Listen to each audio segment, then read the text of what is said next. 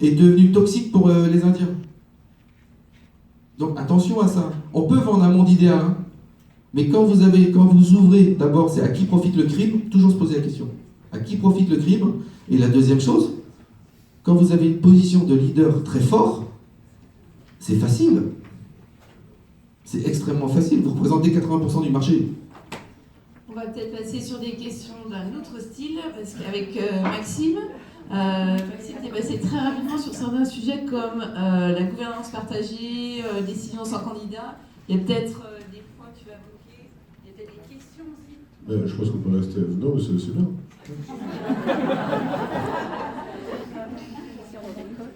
La 5G, vous le co-construisez avec qui, du coup, juste pour être sûr? Alors, le fight, allez, battle. Donc, on y va. Donc la 5G, la 5G, en fait, c'est NTT Docomo qui a commencé, c'était au Japon, et c'est NTT Docomo qui a ouvert, en fait, ses recherches, et aujourd'hui, c'est les constructeurs d'antennes qui commencent à se mettre sur le marché. Et aujourd'hui, par exemple, on parle de co-construction sur la thématique 5G, d'ailleurs on est déjà sur la 6G. Ce qui est payant aujourd'hui et ce qui est vain, c'est d'acheter les licences. Mais aujourd'hui, la technologie 5G, il n'y a pas de royalty dessus. Je parle pas de la royalty, je pense que c'est effectivement le prisme qui vous intéresse. Moi, je parle juste de la biodiversité, du climat et de tout ce que ça va générer, même sur les questions de santé. Et il me semble qu'il y a une opposition qui doit être de l'ordre des 80%, 90% en France de ce truc-là. Et en termes de co-construction, ce serait intéressant. Je sais que, comme vous l'avez dit tout à l'heure, au début, je m'en tape. Pendant les 9 ans, c'est une. Et puis après, on réfléchit à ce qui a pu être fait. C'est ce qui a permis à un système de défoncer 66% du vivant en 40 ans.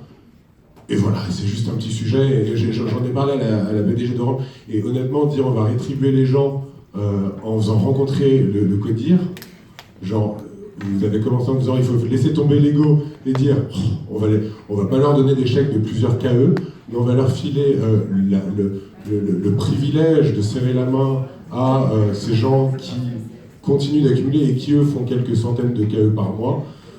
Je trouve ça un peu chelou, mais bon bref. En fait, à mon avis, il y a effectivement, on va pas faire un battle ou quoi, mais il y a quand même deux mondes qui s'affrontent, qui vont s'affronter.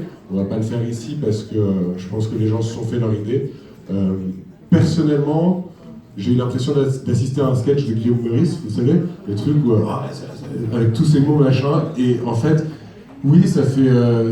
vous dites, non, il n'y a pas que ces indicateurs-là, n'empêche que les indicateurs que vous donnez, c'est que des indicateurs dessous, et voilà. Moi, ça me fait un peu flipper. On va prendre une question et on va s'adapter en agilité, et on va essayer d'être plus sur la construction, parce que c'est l'objectif de la journée. J'ai une question, et effectivement, les deux discours sont très intéressants, et c'est vraiment le paradoxe de notre société aujourd'hui.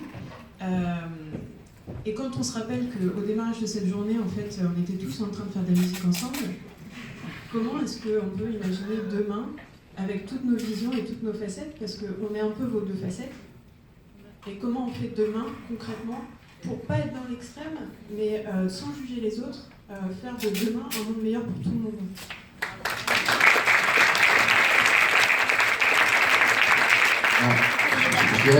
Je vais répondre sur la partie que je connais, d'accord. L'innovation, ça change le monde. C'est-à-dire qu'aujourd'hui, si vous voulez, le nombre d'innovations qui sortent, que ce soit en médecine, avec l'intelligence artificielle et tout, aujourd'hui, le monde de demain est un monde d'innovation. Ça, voilà, on est sûr. Maintenant, il y a effectivement une situation planétaire qui est gravissime, d'accord. C'est pour ça que Orange s'est engagé sur ce qu'on appelle, et c'est aujourd'hui, Arc travaille là-dessus, c'est ce qu'on appelle la raison d'être, être une entreprise citoyenne et tout. Maintenant, les